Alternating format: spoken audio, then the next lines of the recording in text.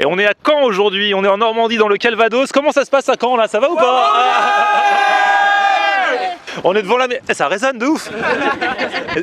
Ah ouais, parce que là on est devant la mairie, derrière c'est l'abbaye, c'est ça? Voilà, ouais, du coup ça résonne. Bon, ça va bien à Caen? Ça fait plaisir, j'ai prévenu en last minute que je venais à Caen. Et il y a quand même une belle brochette d'abonnés qui est là, donc ça fait super plaisir. Vous habitez tous, ouais, Caen ou la région? Non, toi tu m'as dit que tu viens de Cherbourg? Cherbourg, c'est à combien de temps? C'est à 1h15. Ah ouais, quand même. Ouais. Et t'es venu comment? En voiture. En voiture? Je t'ai offert des petits de la biscuits. Maison du biscuit, fondée en 1903. Et ça c'est à côté, Sortosville. Sortoville, pardon, excusez-moi. En Beaumont, c'est à côté de Cherbourg? C'est à côté, c'est à 30 minutes. Elle était trop gentille. Et donc c'est des biscuits? Attends, on peut ouvrir pour montrer un peu là. Les gens vont être jaloux, ils vont regarder de l'autre côté. Mais... Vous êtes prêts? Une immersion dans l'assortiment de biscuits. Ah, c'est les bons biscuits du goûter, ça. Avec un petit chocolat chaud. Même au petit déjeuner, tu peux te prendre ça. Et vraiment, merci beaucoup, François. De rien. Tu déchires, merci beaucoup.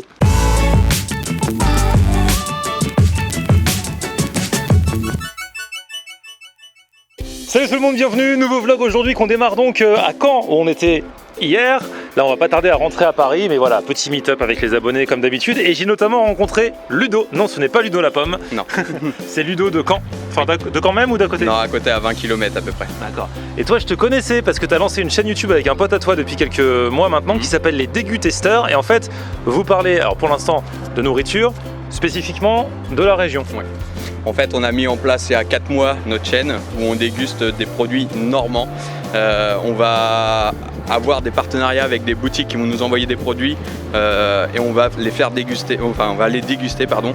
Et là, il m'a amené le soda normand. C'est-à-dire que toutes les régions, de plus en plus, j'ai l'impression, ont leur cola. Les premiers à l'époque, à 20 ans, c'était la Bretagne avec le Brace Cola. Et il y a même un cola d'ici. Ouais, c'est ça. C'est quoi? Vas-y, fais voir. Elle est ici. Elle s'appelle la Meu Cola. Ah, les vaches normandes. C'est ça. Et ils ont fait une autre version donc en limonade au citron. La limonade. Et c'est vraiment bon, t'as goûté? Par rapport au Coca? J'ai goûté. Alors par rapport au Coca, ça y ressemble. Honnêtement, ça y ressemble. La limonade, par contre, j'ai jamais goûté. Donc si tu peux faire un retour. Dommage, on n'a pas de quoi décapsuler là. Vous avez déjà goûté vous? La limonade ou me cola? Non, bon bah je goûterai, franchement je te ferai un retour avec plaisir. Là je peux pas décapsuler ici, mais voilà. En tout cas les dégusteurs, je mets ta chaîne en barre d'infos et puis j'irai jeter un oeil là aussi. Avec plaisir, merci beaucoup.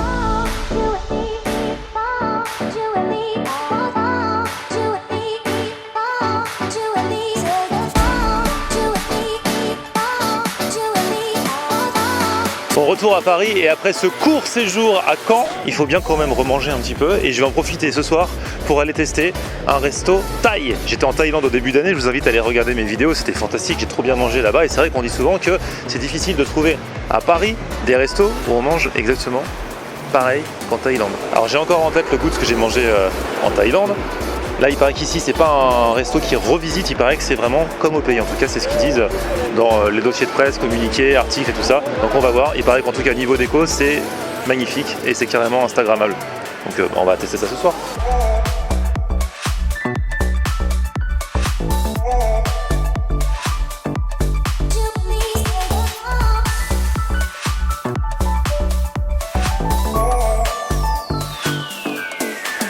C'est vrai que niveau déco c'est plutôt réussi, hein. C'est même des enseignes genre le 7-Eleven qu'on retrouve entre autres en Thaïlande, hein, mais pas que.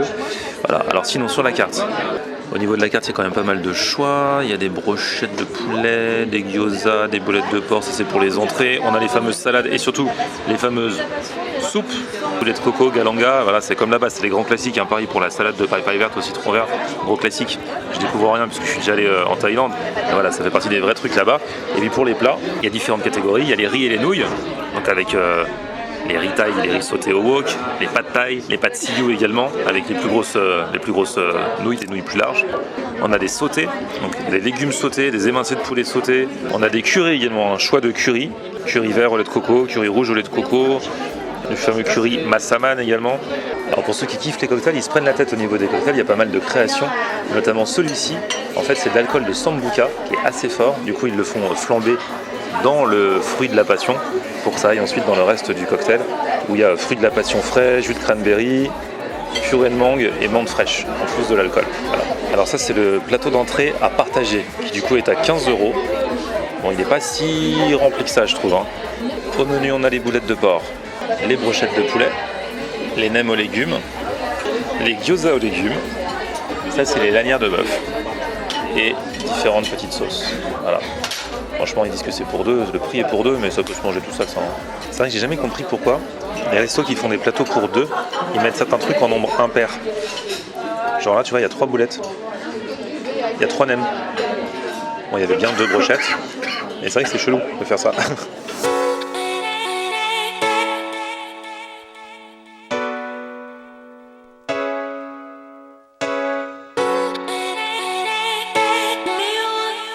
Bon, le nem était bon, comme les nem thaï qu'on a coutume de manger sur Paris en tout cas.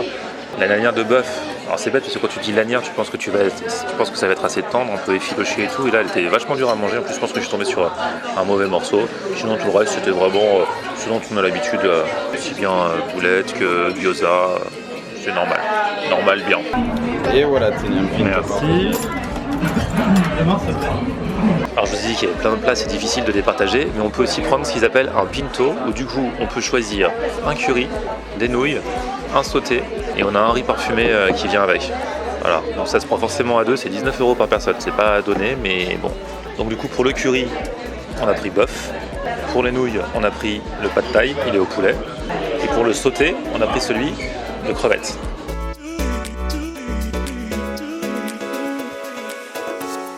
Ouais, j'avais oublié que ça piquait, hein. C'est vrai qu'ils préviennent pas parce que c'est censé être comme en Thaïlande. Le curry a un super bon goût, il pique. Bon, je pense qu'il pourrait piquer encore plus, hein. Ils sont pas quand même allés à fond, mais il est vraiment bon. En fait, c'est un curry vert au lait de coco et dedans il y a haricots verts, courgettes, poivrons verts, poivrons rouges. En fait, le sauté, ce sont des légumes sautés à l'ail et au poivre. Donc on peut choisir soit poulet, soit bœuf. Là, en l'occurrence, c'est poulet. Et en supplément, on peut rajouter des crevettes moyennant 2 €. Mais du coup, 2 €, mais t'as 2 crevettes, quoi. Oh, il y a des brocolis. En Thaïlande, ils adorent les brocolis. Hein. Ils adorent ce légume. Ils le font sauter et tout.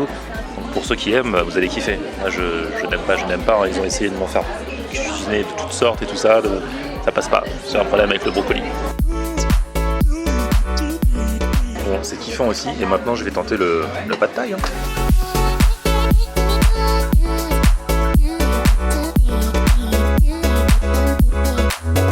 La morale de l'histoire, c'est que franchement, c'était bon. Alors, bien sûr, comme dans tous les restaurants français, c'est rarement exactement comme en Thaïlande. Ils n'ont pas forcément les mêmes ingrédients, ils vont pas au marché de Bangkok ou d'ailleurs.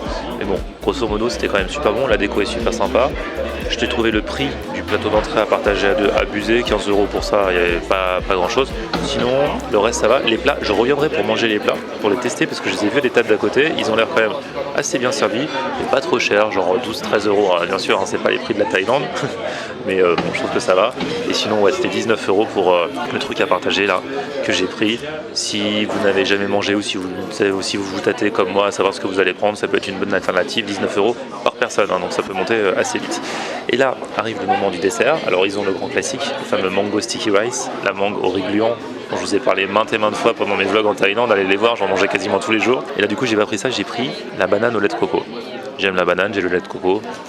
Et je crois que ça j'ai jamais testé.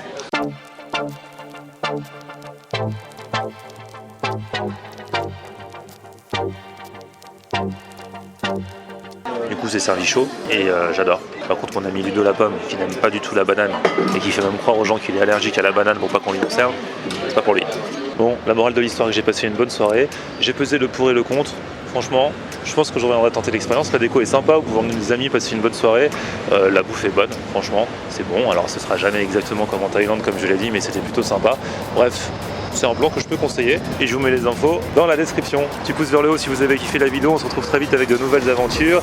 Attention, ce week-end c'est la fête de la gastronomie, il y a le village international de la gastronomie à Paris, il y a le festival des food trucks de Saint-Maur, je vais aussi passer par Lyon et vous saurez pourquoi lundi.